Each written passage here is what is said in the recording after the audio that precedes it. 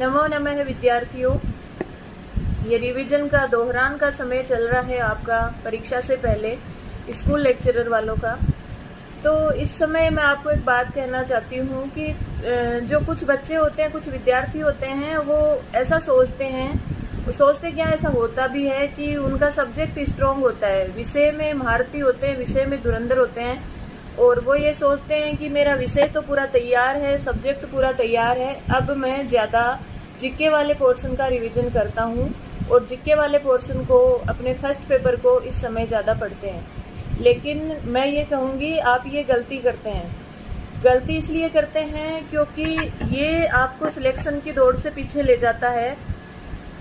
GK वाला जो portion है उसका कोई अंत नहीं है, उसको आप कितना भी अध्ययन कर लो, हर बार प्रश्न कहीं बाहर से आ जाते हैं। हम कितना भी पढ़ लें लेकिन प्रश्न है वो फिर भी बाहर से आ जाते हैं और हम ये सोचते हैं कि ये कहाँ से आ गए, ये तो हमने देखा ही नहीं। और ये आपके साथ नहीं, ये सबके साथ होता है। जीके का मामला ही ऐसा है, कितना भी स्ट्रॉन्ग हो, कितना भी पढ़ लो, फिर भी प्रश्न बाहर से आते हैं। लेकिन विषय में ऐसा नहीं होता।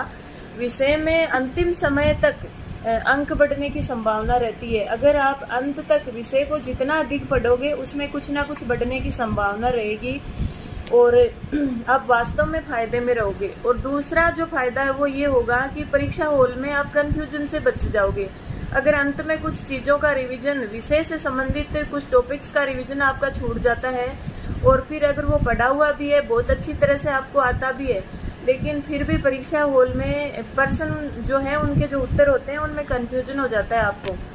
तो अगर विषय का रिवीजन अगर आप करेंगे अच्छे से अंत में, तो आप उस कंफ्यूजन से भी बच जाओगे और निश्चित तौर पर आपके अंक भी बढ़ेंगे। जितना आप सोच रहे हैं उससे ज़्यादा जाएंगे, क्योंकि विषय में अंत तक अंक बढ़ने की संभावना रहती है। विषय आपको जरूर लाभ देगा। तो मैं तो ये कहूँगी कि अगर आप अपने पूरे दिन के समय को 3 भागों में विभाजित करके अगर रिवीजन कर रहे हैं तो उस समय का 2 भाग तो आप अपने विषय को दीजिए और 1 भाग जीके वाले पोर्शन को दीजिए।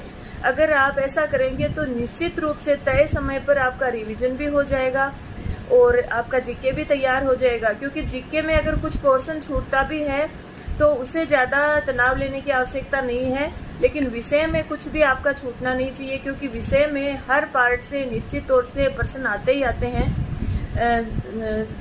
जहाँ तक संस्कृत की बात है तो उसमें मैंने ऐसा ही देखा है कि हर जो इकाई है उसमें से प्रश्न आते हैं और दूसरे विषय में भी ऐसा ही होता होगा। तो आप रिवीजन को अच्छे ढंग से करेंगे तो निश्चित रूप से अपनी एक सीट पक्की कर लेंगे। धन्यवाद।